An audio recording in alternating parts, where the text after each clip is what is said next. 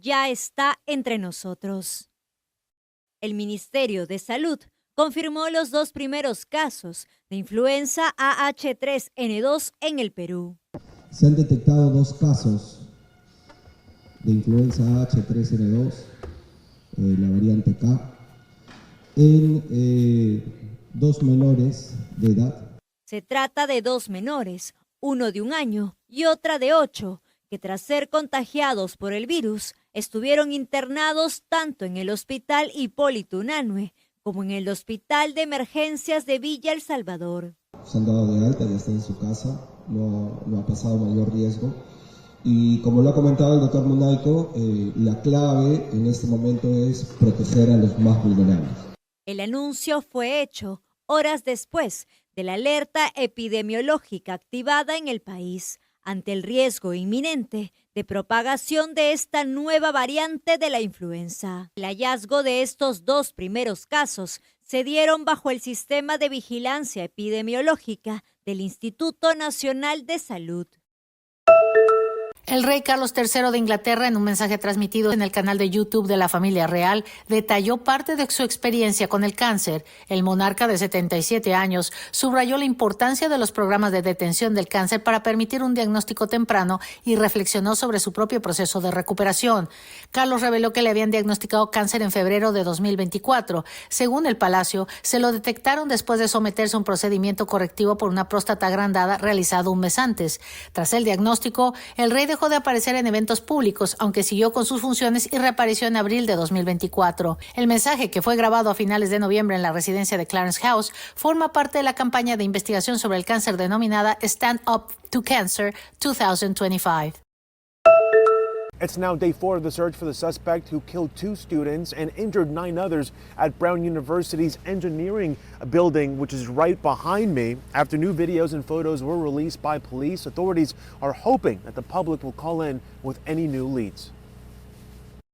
Authorities are ramping up the manhunt for the gunman who opened fire at Brown University on Saturday. We're asking the public for assistance to be able to identify this individual. Law enforcement releasing new videos showing a person of interest walking through Providence in the hours before the shooting. A poster released by the FBI describing the suspect as approximately 5'8" with a stocky build. Hopefully very quickly we can get this person identified, detained, questioned if possible, but certainly he is our primary person of interest right now. The shooting left 2 students dead, Ella Cook, a student from Alabama, and vice president of the Brown University College Republicans. I'm just super proud of her and what she was able to accomplish in her short life. I absolutely hate that it was taken away from us so short. And Mohammed Aziz Umerzakov, described by Vice President J.D. Vance as a brilliant young man who dreamed of becoming a surgeon. 9 others were hurt.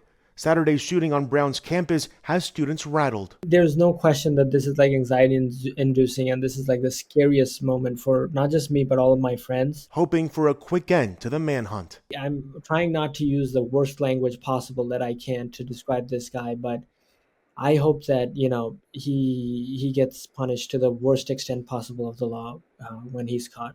Although the images aren't very sharp, police are hoping that anyone who recognizes this person might be able to pick up on the clothes that this person is wearing, or maybe even the way that this person is walking in those videos. The FBI is also offering $50,000 for any information that can lead to an arrest and conviction.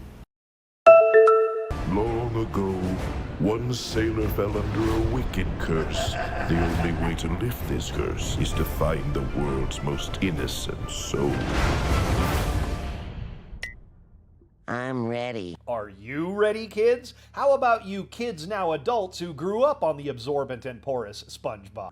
The hero's journey starts with one squish. The SpongeBob Movie Search for SquarePants finds the character on an adventure with ghostly pirates. I'm Tom Kenny, the voice of SpongeBob SquarePants. Hi, Rick. And I'm Mark Hamill. I'm the voice of the Flying Dutchman. Arr. I'm taking you to the underworld. Are you sure he's the one? He's the key to unlocking my curse.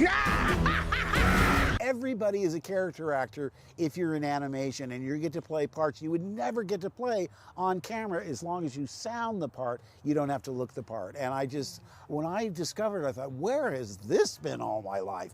because you don't have to go to makeup and hair and wardrobe. You can show up in your pajamas if you want. Well, I always wanted to be a character actor because you go to the movies, you see the handsome leading man, and you go, yeah, that's not me. But then you see the fussy hotel clerk go, you know, extra sheets are going to be 50 cents a day. And you're like, I can do that guy, I can do. I can be that guy. I know I can do this.